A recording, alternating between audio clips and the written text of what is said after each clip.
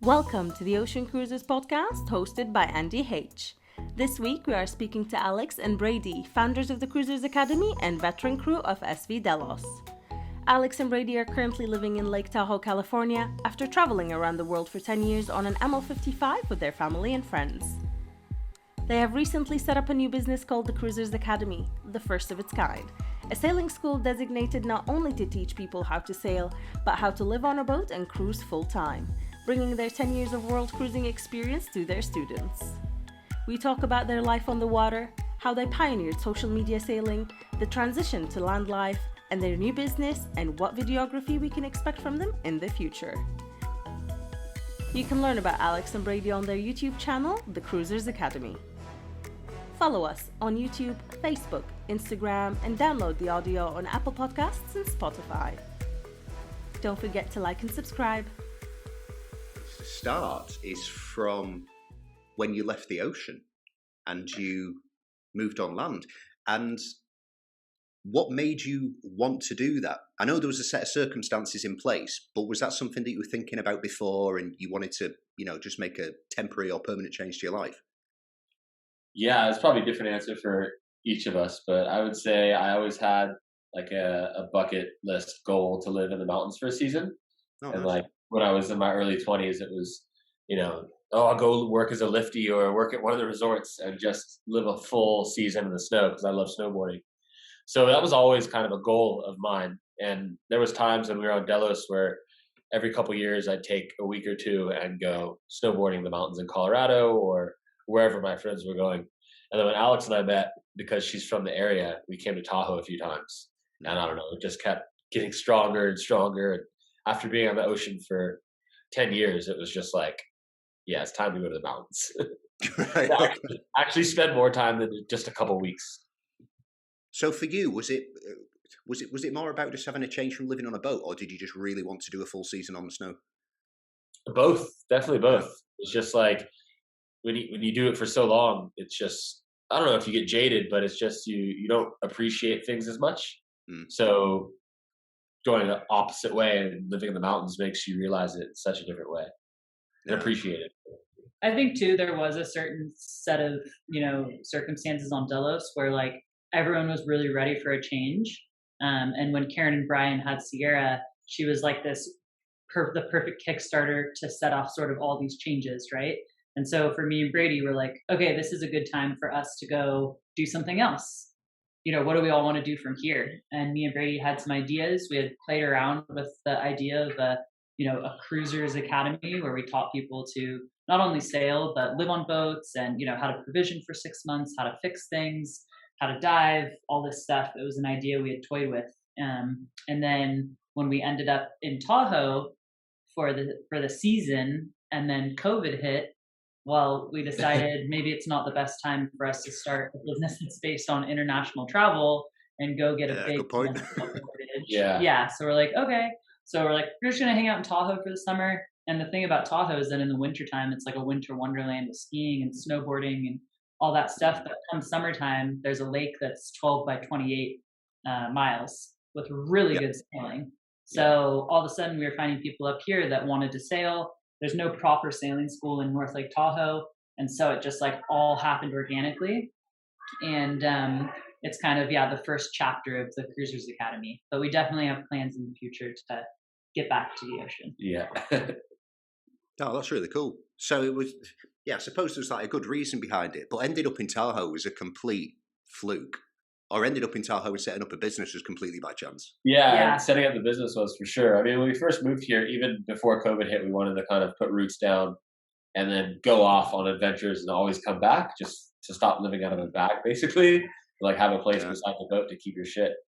And once that happened, and then we started sailing on the lake, and you just realize that, it's incredible sailing. It's a great place to teach. So it all, fell right into place right away. What type of weather system do you get there with it being a lake in the mountains? Do you just have a constant stream of decent wind, or do you get storms, and how is it? It's daily. So it's you get like, they call it the Zephyr, and the desert is 35, 40 miles away down elevation. So it heats up every morning, sucks all the cold air off the lake, creates winds from the same direction, same speed, like every day in the summer, basically. So it's perfect for learning. And then at night it drops off. So in the winter, there's crazy storms that come through. It's not really a good place to be on the water, but for the summer, it's the perfect place to learn.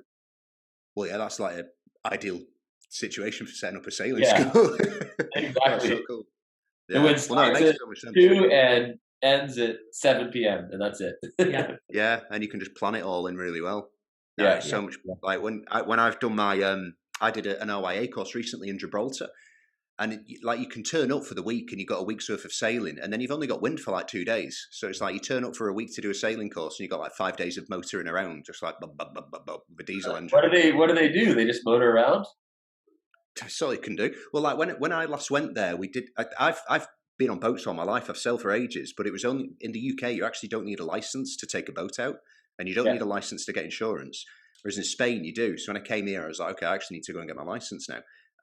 So I think it was about 4 days where we didn't have wind. We did like we did a couple of night passages because that was more just like focusing on the navigation equipment and reading the maps. You didn't really need to sail to like tick off the boxes there. We did all the safety stuff with no wind. We did like mooring, tying up to the dock, that type of stuff. This is like real basic, but like you have to do it if you want to get the license. And like for 2 days we had wind. So yeah, we had like a nice heel for 2 days, and the rest of it was just like diesel time, which was pretty depressing. It's like one of my biggest fear about a sailing school is you can never plan the conditions that far out. And you have people booked 2 or 3 months out, and it's like it could just be a week where there's no wind, and you're like, I don't know, you can't do anything about it. It is what it is, but it's so hard to teach somebody to sail without wind. Yeah, with kind of getting going last year, what we found is because the CA1, the sort of intro to sailing course that we're kicking things off with, it's a 4-day course. So within those 4 days, you'll have a little bit of varying condition, and then you can decide what you want to do on each of those days. But we never had a course that was like, oh, there's not wind for 4 days. No, we didn't. It was enough to be able to pick, today there's not a whole lot of wind. Okay, let's focus on anchoring and docking and stuff like that. The wind's pumping tomorrow. We'll focus on sailing tomorrow. So it worked out well for us. We'll see how it goes this summer. Yeah. Well, yeah, because this is the first summer that you're actually going to be going the whole way through with the new business. Yeah, last summer we didn't start until July. Something like that. Like middle of June, July is when we first started doing our first courses. So we're starting real soon. So I imagine then if it wasn't for COVID, you probably would have done something pretty different. You may have not even set up the business on the lake. Would that be right? I don't think so. I don't think so either. No, we would have been out probably on a big monohull somewhere teaching offshore sailing. Yeah, I would say. I think it actually worked out really well though, because Brady lived on Delos for I think just over 10 years. Yeah. And I was on Delos for 3 years, but for years before that, I had kind of been backpacking around, floating around, traveling. Never had my own place. I was just on the move, and I think both of us were really ready to like stay put for a little while. And the pandemic definitely forced us to do that in a way that we wouldn't have done it otherwise. So I think it worked out well. And I think it's kind of building a foundation for the business in a really cool way that we may not have done either. And sort of opening it up to people who are more beginner sailors too, and bringing everyone in as opposed to, oh, you already have a boat and you want to learn how to cross an ocean. We're kind of getting the foundation going, and then we're going to work up to that. Yeah. Yeah, I mean, it's good. In terms of like setting up a school for like the long haul, like expanding it and doing different things with it, it's really good to be able to offer that as well.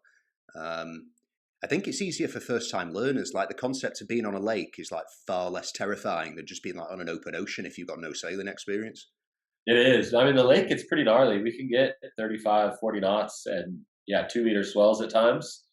But it's still not like the ocean though. It's still like once the wind stops blowing, everything drops really fast, and you don't get big swells. It's more wind chop, so it's a lot easier to learn, I would say. Yeah, it's definitely less intimidating as well. I mean, the thing is with a lake, it's like if you fall overboard, eventually you will just land on a rock somewhere.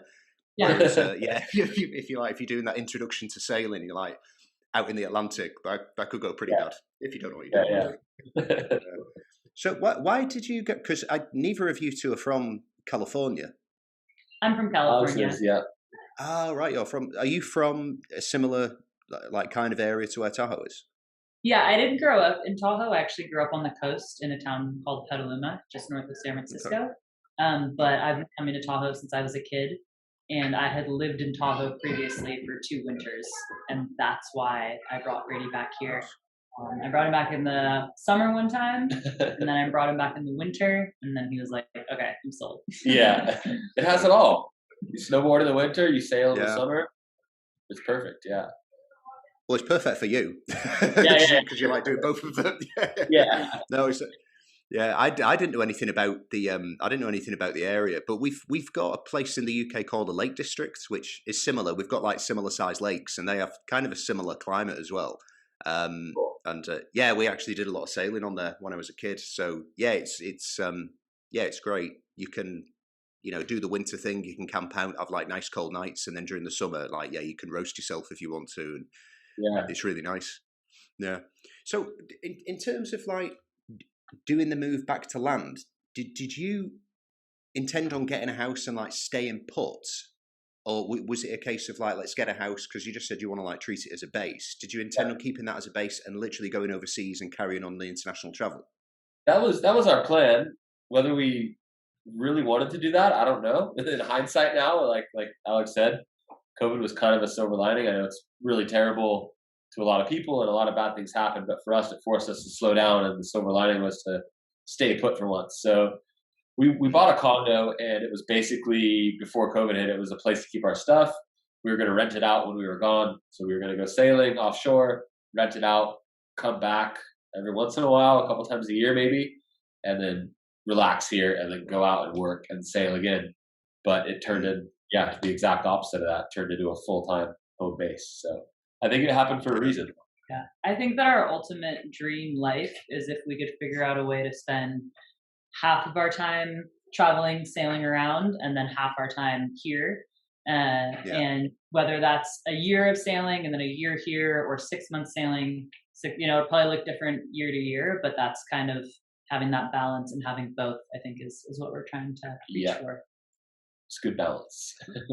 You could manage that pretty well. I mean, if your like sailing school is basically through the summer, you could just cruise during the winter, go back up north for the summer, do your classes, then just head back down to like the Caribbean or the Pacific or something.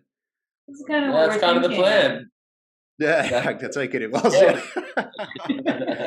Yeah, the dream life in a way, I suppose. So like take out the lockdowns out of it and all that type of stuff, because it's eased off over like the past few months. What has been the biggest change to you two emotionally, from like being on a boat, traveling the world, to now like being in a condo, doing a thing on land? Like what's been the biggest change for you? I think mentally you can kind of slow down a little bit more when you're living on a boat and constantly traveling. There's a million things that are going on. Weather, is the boat safe? Crew, going in and out of different countries. There's just so much always going on. You can never really relax and like shut down, I guess, which is hard to believe because most people are like, oh, go on a boat, sail in the Caribbean. It's the most relaxing thing you could do. And it's actually sometimes quite stressful and very difficult. So moving onto land is, I don't know, it's just I feel like a relief. I don't have to worry about my house dragging away by the wind. That's a good point. It is difficult getting like a really nice night's sleep when every time you hear a click, you're like, is that the anchor wrapped around a rock, or I don't know, something like that. And like a place to keep our stuff, like we said, I mean, to have a mountain bike and a dirt bike and to be able to sail when we want, but also have a big room and long unlimited showers. It's all like the little things that are super important. Stuff that normal people would just find very basic, like water. You go down to the store and get whatever you want to eat. It's great. Yeah. Have you found like any new hobbies since you've moved on land? Because I mean, you basically scuba dived or snorkeled all the time when you were on the boat. Have you found anything new since you've moved back? Snowboarding, but I always loved that. Yeah. But I mean, Alex has always been into horses, but now she can actually have a horse. So yeah, I got my own horse in the last year, which was a huge part of my life that was missing. Yeah, so that's definitely what I pretty much spend all my spare time doing, is training him up. He's a baby Mustang. So. I'm her second husband. Oh, cool. We're not married. You always find this with people who have horses, like the horse comes first and then everything else comes second after that. That's my experience anyway. So do you keep the horse by the lake? Yep, he's like 10 minutes from my house, so I had to have him a little bit further away in wintertime because the snow. He was like 30 minutes away, and I just moved him back, so now I can hang out with him every single day. Oh, that's so cool. So do you know when you say you've got a Mustang, does that right? I bear in mind I know very little about horses. I did watch a documentary about Mustangs once, and it was inmates who were training Mustangs and taming them for sale. So all I know about Mustangs is prison officers and criminals, that type of stuff. Yeah. But is it the case that you get this horse from the wild, or do you get it like? Oh wow. Yeah, so there's actually I think I've seen the film that you're talking about too. I forget the name, but yeah, there's another really good film called Unbranded, and it kind of covers the whole story of Mustangs and how they ended up here and the challenges they're up against and how the adoption program works. But they're really cool horses because they're actually naturally bred. It happened out in the wild, so they're pretty sturdy. They don't have a lot of problems bred into them, like what happens when humans start breeding animals, and not a lot of inbreeding. And they have amazing personalities, and it's quite the experience to spend time with horses. If anyone's ever done it before, you probably, it's quite similar to sailing in a way, where a lot of people say to me they realize I'm a sailor and say, "Oh, the ocean terrifies me." And same thing, people with horses like, "Oh, the horses terrify me." And it's like, well, they should in a way. Like the ocean you should have a very healthy respect of what the ocean can do to you. And same thing for horses, but all the fun things are dangerous. Right? Yeah, that's true. Yeah. I've been on a horse like a couple of times. I've never done lessons, although I didn't want to because we lived in Dubai for like 8 years, and they're massive into horse racing over there. And it's just one of those things. I never got around to it. But there's something just so terrifying about having a pet that's like 8 foot tall. I remember like the first time I went on one, I looked, so I was like, you could kill me so easily. I'm just not sure about this. Yeah, they keep you very present. That's for sure. You have to be super present around them. Same with the ocean. When you're sailing, like you have to be paying attention. You have to be in tune. So that's what I like about both those things. They bring you into the moment. Like there's no thinking ahead in the future. There's no worrying about the past. You have to be right there. So. Do you keep a Mustang in a stable, or is that the type of horse where you do have to keep it in like an open space for it to like trot around? And I love all your questions. It's a great horse question. Most usually when I tell people I have a horse, they're like, "Oh, cool! I don't know the first thing to ask." I keep him in a pretty big pen. I don't keep him in a small stall or anything. So he has room to run around if he wants to. Oh, nice! And there's quite a lot of space for him. Yep. Yeah. That's really cool. I don't talk to many horse owners, to be completely honest. So, but I do have these questions. I'm like, wow, they're so big. And one of the hardest things about owning a horse up here is towards the end of the summer, we get really bad fire seasons. So the forest fires in California have been really bad the past couple of years. So you never know when a fire is going to come up over the hill. So Alex just got a trailer, which is a huge stress off her back, because if something comes, you need to go put the horse in the trailer and get out super fast. So it's kind of something people don't think about up here, but fires are serious. They've been getting there, yeah. Yeah, they've been definitely getting worse. What was it like in the location where you guys are based? Did the ones last year end up working their way up there?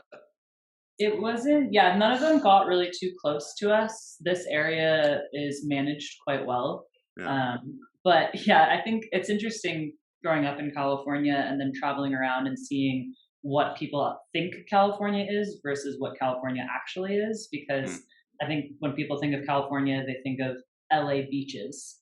And actually most of Northern California is uninhabited and all forest. So there's so much open forest space up here, which leads to the forest fires.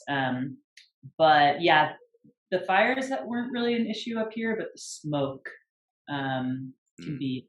The smoke will blow in from a fire that's hundreds and hundreds of miles away. Yeah. And it kind of like takes over the whole town. And it sucks. It's not good for sailing. It's not good for any outdoor activities. It's just, it's terrible. Yeah. I mean, like it causes a completely separate, set of problems in itself, just in terms of like the ecosystem, and, like birds can't see, bears don't know where they're going. And like, yeah, it's pretty terrible. It was quite bad in Australia as well. Like similar scenes really to like what was going on in California, but I think Australia got like way more out of control. I can't remember the number, but it was like tens of millions of animals like got killed in the Yeah, recent matches that they had. Yeah. Yeah. Well, so right in terms of like the location where you're based now, that is, I suppose it's like quite far away from any of the major cities. Do you like engage in any of that type of life, like going into LA or going to San Francisco or anything like that? A little bit from San Francisco. I'm from the Bay, and we actually are in the process of buying a boat that's currently living, a big boat, and that's currently living in Sausalito, which is part of the San Francisco Bay. So yeah, we've been going down there, doing some sailing. We did a private course last week.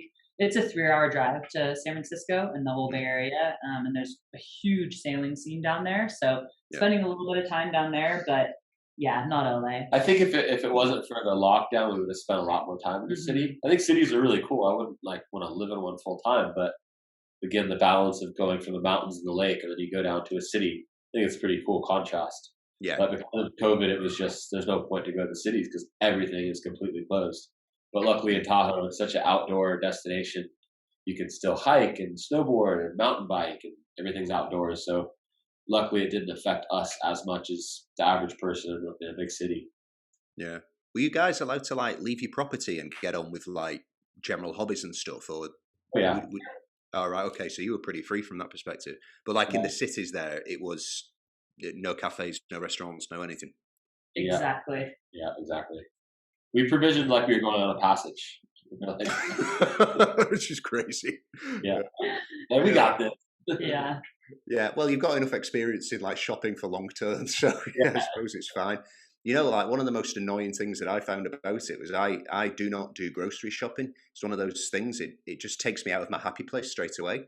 I like going to like a DIY shop. I like going to a chandlery, but yeah, going into a grocery store, that's like, it's depressing. So when the lockdown started here, my wife didn't have her driving license because she's from Syria. So when we originally came to Spain, she had to like do her driving license again. So she couldn't drive for like a year, and that coincided with the lockdowns. So you were allowed to leave your house and you were allowed to go in a car, but it was only one person in a car, and it didn't matter if it was from the same household. What? So yeah. So it's very strange rule. So anyway, the first week, she was like, "Oh, you're gonna have to go and do the grocery shopping." I was like, "Oh shit! Like this is really bad." You know what I mean? So she was really bad. So she was like writing the stuff down. I was like doing a video call, walking around. I was like, "What's these beans are dry? They're not in a can. What's going on?"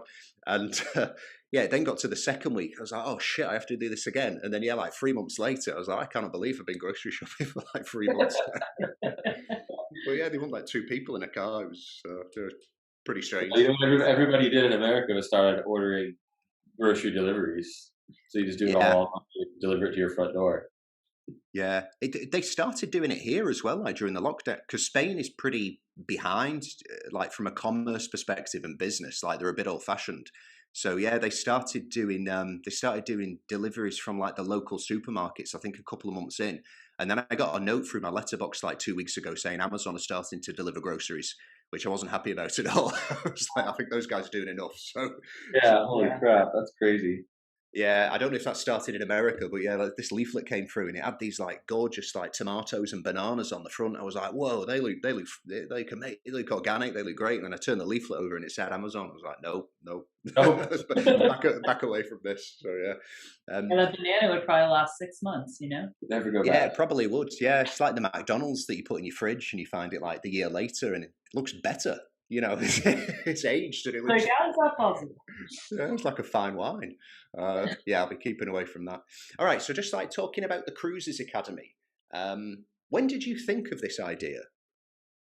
It's a good question. I don't know. A couple years ago, 3 years ago. I don't know. I always like teaching when new crew come on the boat. So I always thought of, you know, when you leave and you don't want to film your life anymore, do a YouTube channel. Consulting is what most people do, no matter what they do. Once they finish their career or something, they consult about it. So I always thought that teaching would be cool. And then, yeah, really when we were on the passages, we just started brainstorming the ideas of teaching people offshore, and then it just developed from there. So yeah. I think there's a little bit of a gap in the market too, where, you know, people want to sail, they want to learn how to sail. Okay, well, there are sailing schools out there that you can go do that at, right? But where's the school that teaches you how to live on the boat? How do you learn, like I said, how to provision for 6 months, or how to work on the systems on the boat, or how to get along as crew members? All those things there's a pretty steep learning curve to all those things, even if you know how to sail already, right? Yeah. So that was kind of our sailing idea. the boat's the easy part. Yeah. So like teaching people, and that's why we chose the name that we did, Cruisers Academy. It's not just a sailing school. We want to teach people, more than that. So I think once we realized that people were interested in that, when we were sailing around and talking to different sailors that had started cruising on their own, and everyone was like, man, I wish I could have taken those courses before I started cruising. And that's kind of, the idea built from there. Yeah. And we'll still go back to that. Like I said, we'll have people come on the boat that we're looking at in Sausalito, and we will be doing some private stuff too. So people that buy their boats, we can go on and do like a crash course a week of how the systems work, how to live on a boat properly, how to provision, how to check weather, how to cross oceans, all that kind of stuff. It'll definitely happen. But to set the groundwork as a basic sailing school is awesome, because it's something that we can grow and build, and we can kind of go offshore and have other people hopefully teach as well alongside us. Whereas the offshore one, we can't really replicate ourselves with that one too much. We'll see. Yeah. It's such a good point though, and like there's a gap in the market pretty much in every country in the world for that type of sailing school, because like I don't know any of them, but you can go on I think OIA is that's like the hallmark for like international sailing schools. Yeah. You can do a week's course and you can get your day skipper, or you can get your yacht master or whatever, but you don't know how to live on a boat. It doesn't they don't teach you like which anchorage to pick, and where to drop the anchor. What happens if your chain wraps around a rock, for example? How do you get it out? Like they don't actually teach you any of that stuff, which could be the difference in between having a boat or losing your boat. Yeah, or having an enjoyable time or not, or right, success or getting a divorce or not. Yeah. I suppose like one segment of this course should definitely be like how to manage a relationship, like when you're on an ocean as well. That'd be a good one. Yeah, that's another reason we went to. Some people are wondering, oh, why didn't you become an ASA school? And we did consider it. We talked with ASA, we bought all the books, we looked at everything, we've taken a couple courses, and we pretty much decided that for what we wanted to teach, it wasn't just sailing. It was exactly like how to be a good crew member, how to actually enjoy yourself, like set yourself up for success. And the things that we thought were, the most important to teach, weren't just in the ASA 101 course, So yeah, this is also what land life gets you: a dog. Yeah, that dog would be quite a bit big for a boat. Oh, she loves sailing. She loves sailing. She'll be coming cruising for sure. Yeah, she'll be a full-time crew member. The horse won't fit on the boat, but the dog will. That's cool. I know like you originally said you thought about doing a sailing school a few years ago and you wanted to make it like more for cruisers. Did there come a point where you decided that you didn't want to like specifically go down like an accredited sailing school route and you just wanted to completely focus on cruising? Yeah. I think once we started teaching, like I said, things just happened organically up here where we started teaching people. And once we started doing that and realizing what we thought were the most important things to teach, it became clear, when we started looking at ASA, it's like, well, from our experience, 10 years sailing around the world, I have 4 or 5 years of sailing around experience. And it's like, we wanted to teach the things. We basically wanted to design the class of the course that we would have wanted to take before we started sailing and living on a boat. And so for us, even though it's probably about 10 times the amount of work to write your own curriculum, start your own sailing school, do all these things. But to us, it felt like, okay, well, it's more work in the beginning, but A, it's going to be more fulfilling to us, and B, it's going to feel more efficient, like to us. Like this is what we think we should focus on, essentially. So it really just happened all super naturally.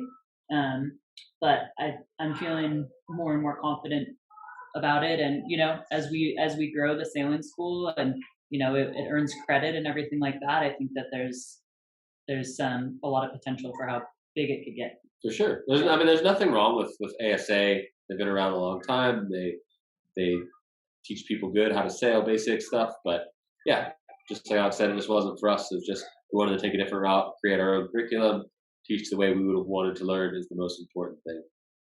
Real world experience. Real world experience. A lot of hands-on sailing. Yeah, I mean, like you guys have been on the water for so long, and you've been in like so many different oceans, so many different weather systems. You've experienced so much stuff. It's like the type of knowledge that you bring to someone who's just learning how to sail is so different compared to what like an instructor would bring, who's just going through like this 5-day course and they're blasting out, and every single one is exactly the same. Yeah. That's hopefully what our idea as well. That's what we're shooting for. Yeah. So were you thinking about, like, in terms of like the actual courses, like what you want to teach people who, come and join the school, were you thinking about this when you were actually cruising? We were thinking about the offshore version of it. Definitely not the basic side of it. But once COVID hit and we started doing small classes on the lake, then we started thinking, oh crap, yeah, it's way better to start with, because we start people with our CA1 course. And that's a prerequisite to CA2 that we'll have eventually, CA3, CA4. So it's a good foundation for anybody that's going to our higher level courses to take first, and then to work on that from there. And then we want to do offshoots too, like, have specialty kind of courses like diesel mechanics or systems on a boat or videography on a boat or diving. Like there's so many different add-ons that you can kind of have with it too. So definitely haven't not built those out yet, but as far as like the long-term goals go, we think it would be really cool to offer more than just sailing, like provisioning 101 or all these different things. You can take it so many different ways. Eventually you'll be able to go in a lot of different locations in the world and learn photography, you learn provisioning, you learn diesel mechanics, and maybe something else all within like a week or something, or 2 weeks, and then that's it. So there will be different specialties. I mean, it's exactly what it is. It's called the Cruisers Academy. You teach people how to cruise. You're not teaching people how to just sail. So Exactly. Yeah, it makes sense. That should be our tagline. It's more than just a sailing school. Yeah. It's a Cruisers Academy. We're trying to think of our tagline. Yeah, what is it? That's it. It's more than just a sailing school. Yeah. Well, if it wasn't for like the lockdowns and stuff, and you ended up basically being locked there, how were you going to introduce the business? Was it going to start off on the ocean? Yeah. It was going to start off there, right? Yeah, it was going to start off on a big boat, either in the Pacific or in the Caribbean, like something in the high 50s, maybe 60 foot. And people that already know how to sail or are thinking about getting a boat or have just bought a boat would have been our clients coming out to learn how to live on a boat. Yep, that's how it would have started. So that would have been like, Canaries to the Caribbean or Caribbean to the French Polynesia, something like that. Yeah, it wouldn't have been, there would be passages involved, but a lot of it would have been cruising, right? And a lot of cruising is island hopping, living on a boat, provisioning, all the stuff that goes besides passages. But there would definitely be passages in there. Yeah. I think it's hard to say too, because we didn't start going that way, like it's hard to say what would have came out of it, but we'll definitely make it a part of it in the future. But I think we're pretty interested in the Pacific in general at this point. Yeah. Like all of the Pacific, we sort of have our eyes set on that. On the time I was on Delos, we crossed the Atlantic 3 times, from Africa to Brazil, and then up the Caribbean, back across to Europe, and then back across again to the Caribbean. So I think we're ready to check out the Pacific side of things. Definitely. Yeah. And it works out well because we're on the Pacific side. We're already here. Yeah. We don't need to go through the canal. Yeah. You know what? I think the thing is as well is that if you look at what you originally intended to do and then what you're actually doing now, I think in hindsight you probably even admit that the path you're going on is actually better in terms of like setting up the academy as a business and starting off with like the foundation. Like it makes more sense to do it the way you do it. And the thing is as well, more balance involved too. Yeah. Like I think if you started off on the ocean, you probably wouldn't have worked your way back to a lake doing the beginner stuff. Nope. Yeah. Yeah, I agree. Yeah. Yeah, so it's worked out better than we could have hoped for. Yeah, so it's actually worked out probably better. So yeah, another silver lining to COVID as well. Like it's helped the business somewhat, I suppose. Yeah, totally. Yeah, it's good to have a good foundation, and just everything from setting the business up and like getting our booking software and our website, and like it's a lot of internet-based things that it's been quite nice to get all that going on land, so that when we do take off, it's all there, Yeah.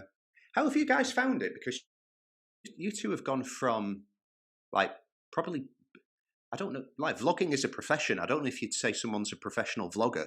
I don't know if that term really is really correct. But you've gone from earning a living from, you know, documenting your life online, which is a business, but it's not a business in terms of like, you know, a generic way in which somebody would set up a business. How have you found it? Like going from that lifestyle to, you know, where you have to deal with like government regulations and getting permits and all that type of stuff? I don't know. I think the videography and documenting your life has so many facets, especially living on a boat. So yeah, there's the filming side and editing side, but the parts that we're filming about going in and out of countries, fixing things, just constantly adapting and making plans, that part sets you up for pretty much anything, I'd say. Just gives you a mindset where you're just like, this is the problem, we'll find a solution for it. So that's kind of cruising in general. And then, yeah, the organization that goes into starting a YouTube channel and a business, and the dedication and time management you have to have is really important for starting a business. And when you work for yourself, nobody's telling you when to stop and start working. So you find yourself working too much sometimes, which is tough. But I think, yeah, a lot of the skills from not only sailing around the world, but creating a YouTube-based business helped with this immensely. Yeah, I think too that with the amount of content that we were creating on Delos, like it's funny because if we ever meet anyone that works in video and we tell them, oh yeah, we were putting out a 30 or 40-minute episode every single Friday from a crew of 4 or 5 people, they're just like, their minds explode knowing how much goes into that. And you're just like, yep, you get it, like you understand how much work goes into that. So I think that or at least I can say I did get burnt out a little bit. And I think about creativity, whether it's filming or editing or really anything creative you're doing, as like it's a cup, and you can kind of like run out, once it's being depleted, like you have to give yourself time and space to let that get filled back up again. So I think that taking the last, year of, we've been doing a little bit of video projects here and there, and we just did the big one in Galapagos. But just giving that cup like a chance to fill back up again and be like, okay, I'm excited to pick up the camera. Like I'm excited to do this, which I think we were at the point where we just wanted a little bit of time to recoup from that. Yeah. Did you love doing it? Like doing the weekly vlogging and the editing? Like, was it a passion for you and you actually enjoyed doing it? Yeah, for sure. I don't think it would have been successful if it wasn't a passion. It's such hard work. You have to, if you don't like editing and filming, there's no way you could ever run a YouTube channel. Yeah.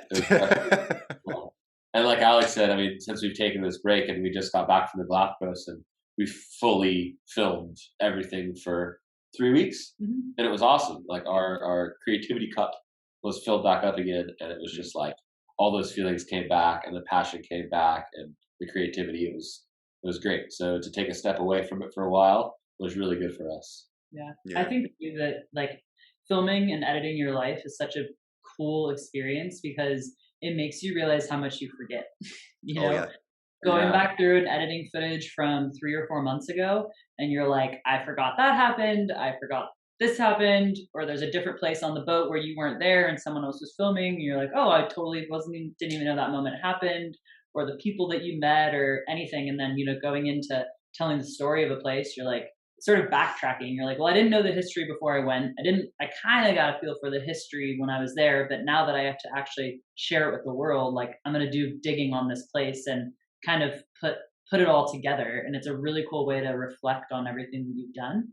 Yeah. So that's the part that I enjoy with it. Like it's sort of, telling the story and looking back and sort of tying a nice little bow on everything. Yeah.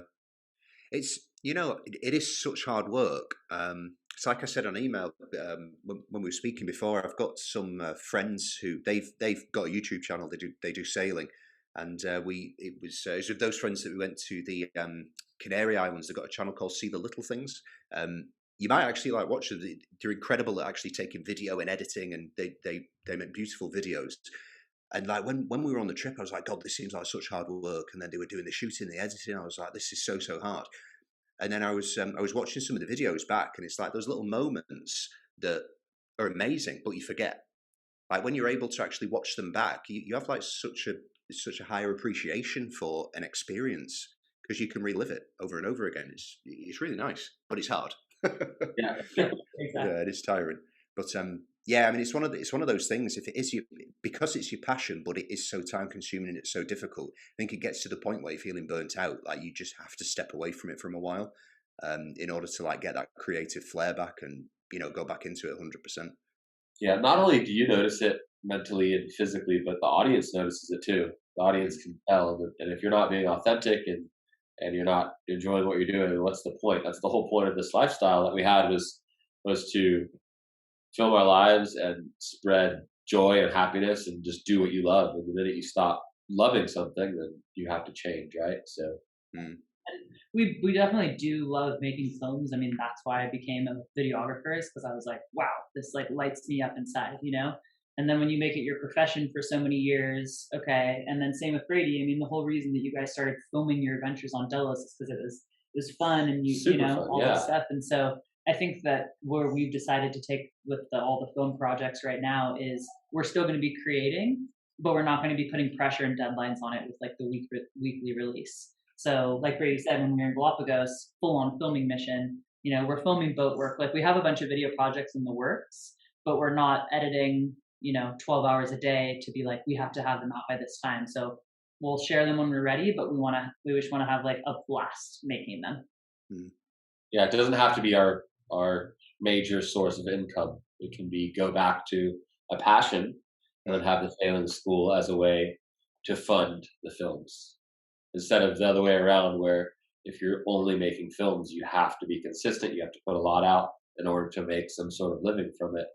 So if we can rely on after the sailing school and then film and make documentaries out of passion and for fun, it all comes back full circle. Yeah, I mean it's the perfect setup in a way. Like you don't want what you love to become like a labor or a chore. You know what I mean? Like I think it is good to keep those two things separate. It's nice because for so long you were able to do it and it worked. And it's like you said. I mean, it's inspired like so many thousands of people to like go and buy sailboats. Whether that's a good thing or a bad thing, I don't know. It depends on the boat. But it did work. But yeah, I mean, definitely like taking some time away from it. Do you miss the engagement with like the followers and the people that watched every week and come and ask questions and that type of stuff? We still get that quite a bit. Like we still get messages a lot. And I mean, when you pull up to an island, being on Delos, it's kind of a surreal thing. If you're at sea for a long time, you pull up and everybody recognizes you, brings you beers over. I mean, I miss that a lot. That gave me a lot of energy, and that's what I used to refill my creativity, was meeting those people in person. So that doesn't happen a lot because of COVID and because we're not on the boat anymore. But we still get a lot of interaction with viewers and the audience for sure. And a lot of the people that were the true viewers and audience are now coming to learn to sail with us, so we get to meet them in person. Yeah, it's really nice. Yeah, that's like a really sweet touch actually. Yeah, that's really cool. Have you thought of doing something in terms of like video and production and mixing it in with the Cruisers Academy, like doing some online courses or making, producing videos part of the actual school or something like that? Have you been sitting in on our meetings? You know the secrets. Maybe.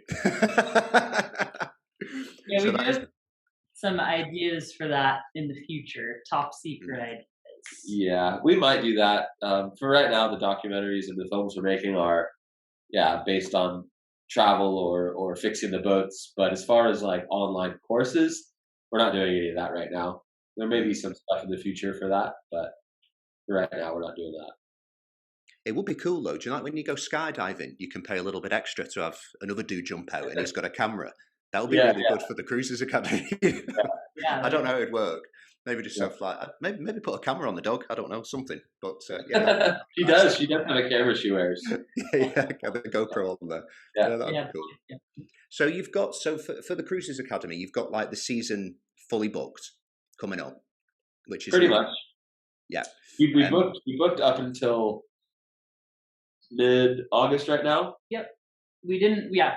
We have everything available is booked, and then we are gonna add some more stuff. But as of now, we've booked up everything that we've made available. Yeah, and that's with you two guys actually teaching the courses as well.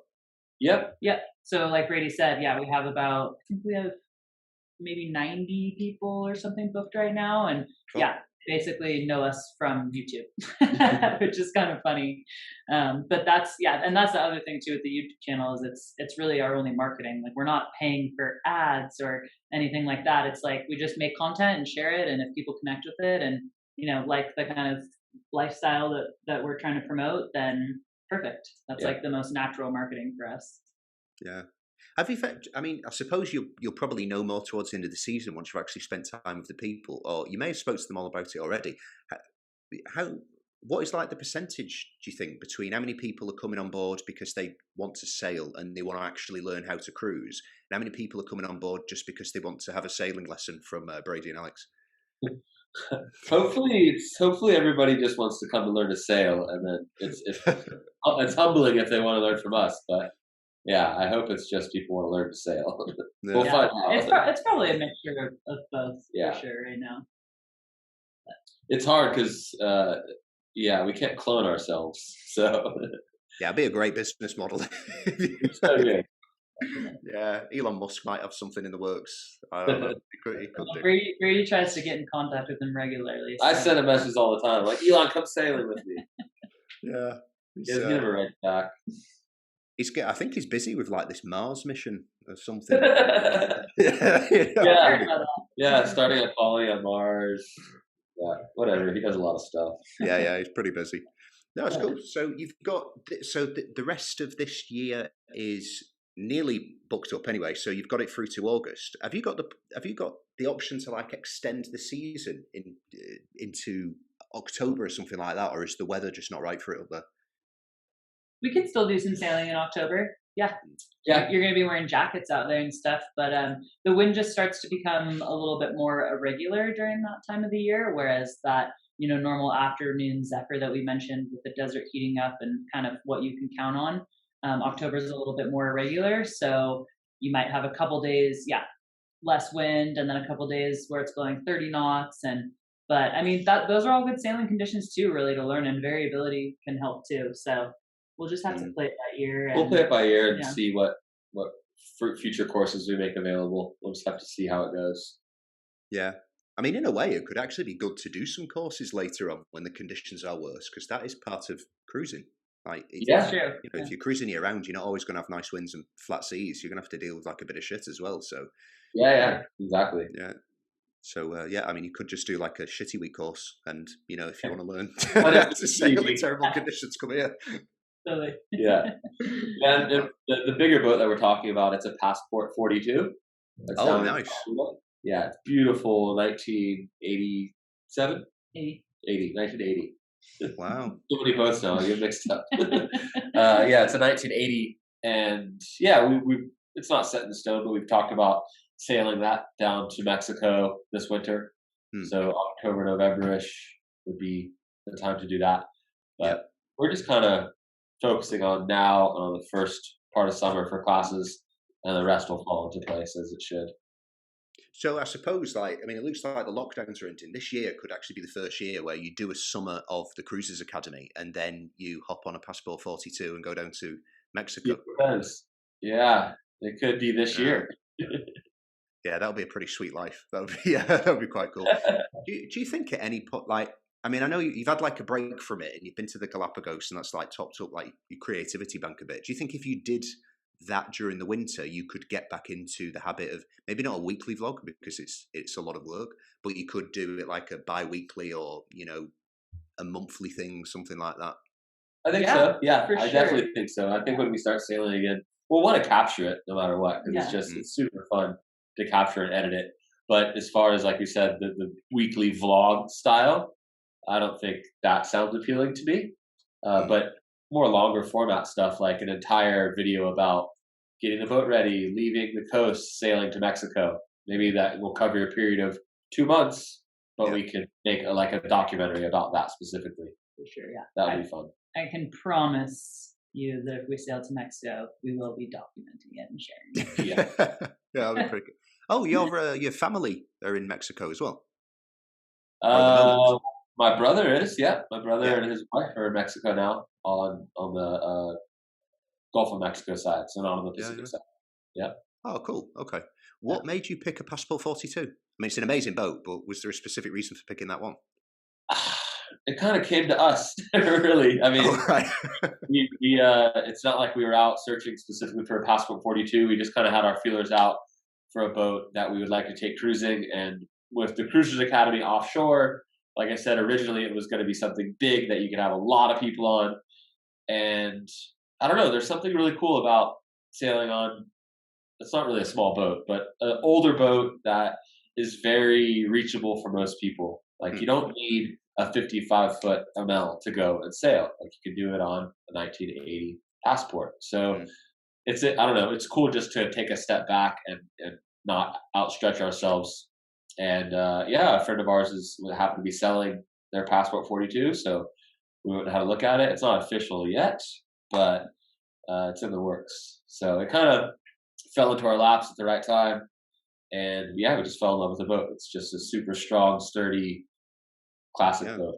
Yeah. It's also worth mentioning that basically everything on the boat has been redone. Like you look at it and it's like still has this like classic look to it, but it's completely modernized. Like I think there's 70 hours on the main, all new holding tanks, all new electrical, ripped out deck, like anything and everything that could be redone on this boat is. And so that's a huge plus. Huge plus. Yeah, massive. So the previous owner like took care of it really well. Really well. Amazingly. Yeah, he's very, very detail oriented. Yeah. No, that's really good. Like, I prefer older boats. I love like 1970s, like the shape of like a 1970s, 1980s cruiser. But I've got friends who've got them, and it's just like every time you go out, the engine makes a strange noise, or a different crack comes from. Yeah, you know what I mean. Like beautiful things to have and own, but like pretty hard work. But yeah, I mean, if you've got one that's like completely been refurbished already, that's amazing. Yeah. So all the things aligned for us to be introduced to this boat. That's why it's hard. So did you get this with maybe not the intention, but with the thought in mind that this might be a boat to cruise around the world together on?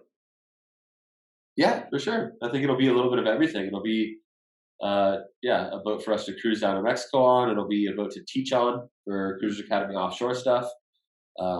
But yeah, it's definitely a capable boat of going across the Pacific and around the world. Not in any rush to do that, but it could definitely be a boat that would do that for us. That's for sure. The first official flagship Ocean Cruisers Academy flagship. Hopefully the first of many. Ocean Cruisers Academy. Okay, that's the next tag on. Where would you base it? Because so I take it you probably base it out of California because that's where you've set your roots down now. We actually are pretty interested in spending some time in Sea of Cortez. And beautiful. Getting the boat down there, obviously really good sailing, really good diving, awesome vibe, and maybe just hanging out down there for a while and having people come to learn down there. But yeah, again, we just have to sail there and see if it feels right once we get there, you know? Yeah. But that's kind of the rough plan. Yeah, that's cool. And the Galapagos trip, like you guys must have missed out on the scuba diving because that was like your favorite pastime. Filled back up with diving, that's for sure. We did 4 dives a day for 7 days straight, so it was a lot. Yeah, and did you do that? Is that something that you've just always wanted to like tick off the list, or did you specifically go there because you wanted to film the aquatic life there? Yeah, both. I mean, it's always been a destination in the diving world that's just incredible, right? And going there by sailboat is pretty difficult. It's a lot of money to get in. You don't have much freedom because it's all a protected park. So it was always a place that I kind of thought I'd never sail to go dive, but I always wanted to experience it. So yeah, we were super lucky to be able to go and see it by a liveaboard, which is just, it's crazy. Like you're spoiled the whole time. Yeah. You don't have to do any of the work. It's crazy. Because I know it's the fees to actually get in there with a sailboat, I've heard, are quite high.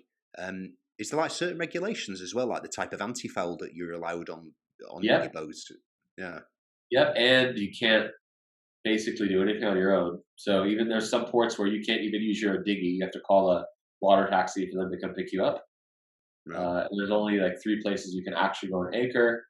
You can't dive on your own. You can't really do anything. So yeah, but that's why it's so beautiful, and it's stayed Yeah, it stayed so beautiful. Yeah, exactly. super special place in the world. Yeah. Like I everything know. you saw Galapagos being, incredible and wild, and animals having no natural predators, so they're coming right up to you, and it's absolutely mind blowing. Yeah. It's hard to find words to explain how special the trip was, for sure. Well, was it like more mind blowing? I mean, you've been to like a lot of islands in the Pacific, and you've been to some pretty remote places. Was it like a level above that? I think that the wildlife there, for me, what was so special is to see the way that actually humans and animals can coexist. If animals just leave if humans just leave animals alone a little bit, like it's there's nowhere else in the world really where it's happening on that level. Where the animals straight up are not scared of people, whatever, and just kind of living their life and everyone's adapting together, and there's a lot of respect going on. So to me, that was like, whoa, made that place super, super unique. And then also just the history there, and the effect that those islands have had on literally the way humans look at where they came from and evolution and all these things. So it has a lot of unique things going for it. And yeah, the diving was like, I don't know, it's just Incredible. so much wildlife in the water, from hundreds of hammerheads to, mola mola, sea lions everywhere. Like the list just goes on and on. So Yeah, it's like a place where if you went diving in a lot of different places in the world, you could see some of the same things, but it might take you'd have to go to different places in the world, and it would take you like a while to find them. But in the Galapagos, you're literally there, 7 days, and huge sea turtles, marine iguanas, mola mola, the big sunfish, schooling hammerheads, octopus, just people could see orcas, all kinds of whales, dolphins. It's all right there, just in this little zone. So it's really just all in one place. Yeah. Yeah. Did you know? I mean, obviously, it's like incredibly remote, but you can go to really remote places in Asia, and you still like see plastic on the beaches and plastic floating in the water. Yeah. Did you get any of that there, or there's none of it? No, it still exists. Yeah, it exists everywhere. Even there. Arctic. Yeah. Super remote. Everywhere. Yeah. That's nuts. That's so bad. There was one of our news channels in the UK called Sky News. They've got a really big campaign. Can't remember the name of it. Obviously, it's something oceans, but they put loads of money and they fund like loads of beach cleanups all over the world, and they put money into like research for developing like drones that basically just swim all over the place collecting plastics and stuff out of the water and all that. And there was one small documentary. It was like last year when I watched it, and it's basically showing you some beaches in Asia that have actually been formed with plastic. So you've got like a small archipelago, for example, which is I don't know, it would barely just make its presence like above sea level, and then over the course of like 15 years, it's actually turned into a full blown island. And if you dig down, it's just water bottles and shoes and tires and crazy stuff. Yeah. So I mean, they get it there as well. It's pretty depressing, but well, you saw the best parts of it anyway. Is that like, are you going to release a documentary on that with the footage that you've taken? Not specifically on plastic pollution, just I don't know. We don't know what direction it's going to go yet. We have 4 terabytes of footage that we need to look through. But yeah, there's a lot of really important issues in the Galapagos with illegal fishing, overfishing. Just there's pretty much a barrier around the islands that's fully protected, but there's a ton of commercial ships right on the edge of that. And sometimes they come in, they turn their EPIRB off, their AIS off, and they come in, catch a bunch of sharks, and leave. So there's a lot of, even though it's the Galapagos and it's one of the most protected places in the world, there's still a lot of stuff going on with overfishing and pollution. Yeah. So we definitely dug into that topic as much as we could when we were there. And we filmed what we could about it. And so, we're definitely going to make, I don't know if it's what it's going to turn into, if it's going to turn into 5 YouTube episodes or 10 YouTube episodes or, an hour-long doc or whatever, but we're definitely going to make a film project out of it. And excited to share it. I'm just excited, like we were talking about earlier, to look back through the footage and be like, oh my God, I get to watch this tortoise eat this poisonous apples in 120 frames per second and like totally geek out on everything that we saw that we missed in the moment, Yeah. That is going to be, so most of the footage that you've got is actually underwater, because that was what the entire trip was about. If you it's half and half. We actually spent 3 weeks there. So the first week we spent exploring one of the islands, Isabella. The second week we went diving, and then we're on the boat the whole time. And then the third week we went to a different island, Cristobal. So we actually went to 3 different islands, kind of saw and explored different things, went to different types of, beaches and snorkeling and boat rides, and then diving at the center of it too. Yeah, it's a little bit of everything. Because the land animals they're crazy. Like the tortoises, they live to be, they don't even know, but over 150 years old. Yeah. Oh, they're huge. They're huge. Oh my god, yeah. Yeah. And they just walk around wild. Yeah, they just walk around. The business. Get out of my way! I've been here 150 years. Yeah. Yeah. Well, you're on their turf. It's the game by their rules. I remember I was watching a documentary on. It was on the Arctic, and it was a guy who was just obsessed with sea lions, and he managed to get himself to this one island, and his impression was that they've never seen a human before. So he went camping out on a beach. Well, it wasn't really a beach; it was like a giant iceberg.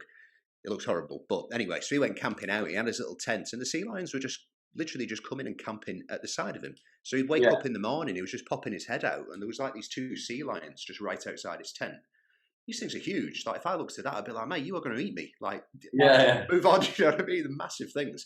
And then like the next morning, he got out, and they'd come back during the night, and he basically made friends with them. And then like a few days later, he was like hugging with them. He was like pulling on the cheeks and playing with them. And it was crazy. But he was saying it's because they cannot associate a human with danger because they've never encountered humans like that before. Yeah, the sea lions in the Galapagos, they walk down the street. Oh my god! Like, get out of my way. Little babies this big. They walk through town. Like, when you're diving, they come play with you. They're like blowing bubbles in your face, and you're spinning around with them, and like they're coming and biting on your little flipper. And there's really no animal that you can dive with that is that interactive. Actually, they're like literally the puppies of the sea. Yeah, they're so cool. I have a whole new like obsession with them after going to the Galapagos. Yeah, yeah. It'll be so cool to like. Obviously, it'll never happen. But like you could. Oh, let's go back in a time machine. Let's do something weird, or whatever. It'd be so cool to go back to a point where you could visit like every type of animal species and be like, how would these guys interact with me if they don't think that I'm going to eat them? Yeah, right. Like just go chill out with the monkeys, and they're like, what's going on? There's no danger here. Like do it with the sea lions, for example. That would be really interesting. It'd be really cool. Totally, yeah. So in a way, going to Galapagos, like it did feel like time traveling a little bit to go see, a place in the world that was sort of isolated, protected for so long that, it kind of became super, super unique. There's not very many places in the world you can have the experiences that you can there. Yeah, the animals have been doing the same thing since way before humans showed up. So. Yeah, well, I mean, we're on all of their turf, really, aren't we? It's all they were here first, so yeah, I suppose. Cool. All right, so just in terms of like the future, so we've gone over like the Cruises Academy. We spoke about the boat that you got, the Passport 42, which is looking forward to seeing photos of that. Actually, that's going to be really cool.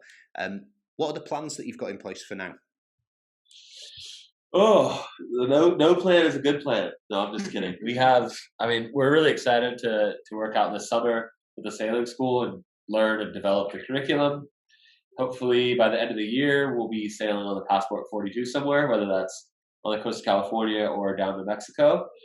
Galapagos Film Project. Galapagos Film Project we have coming out. We'll start editing that soon. And we actually had something really exciting happen this week. That's a huge shift in the Cruisers Academy world. It is. We got another one of us. Brady was saying we can't clone us. We cloned ourselves. This is the closest thing. Is he in the corner? He is in the corner. Oh, he's in the corner. Let's say what's up. Lone stranger hanging out there. A serious new core member. What's up? Cruiser. Very good. Yeah. So if you've seen the episodes when we crossed the Atlantic, Sean joined the boat. He cruised with us from Fort Lauderdale up to Bermuda, across the Azores, the Canaries, and now we see him in Tahoe. You two traveling around the world. He just flew in like yesterday. 2 days ago he flew in. So yeah.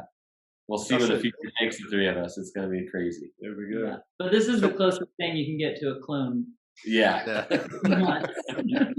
Not from an appearance perspective. There is a bit of a difference there. No. Yeah, maybe so. No. Okay. But yeah, experience, personalities, outlook on life, all of that. That's really good. So you're going to be teaching some of the classes as well then? Yeah, definitely, sure. Yeah. That's awesome. So Yeah. it's turned into a trio. I was going to say threesome, but that sounds weird. It's turned into a trio. That sounds more appropriate. Yeah. We'll see how the summer goes. You never know. Yeah, you never know. It might get lonely up there. Winter's coming. Let's keep warm. I don't know. Yeah. Yeah, cool. All right, well, that's groovy, guys. Listen, thanks so much for taking the time to speak, and I'm sure everyone's going to be really looking forward to the updates that you can give everyone. And all the best of the summer. I think it's going to be really exciting, and I'm sure everyone's looking forward to hearing about it. Cool. Awesome. Yeah, thanks so Thank much you for the so chat. It was nice talking to you.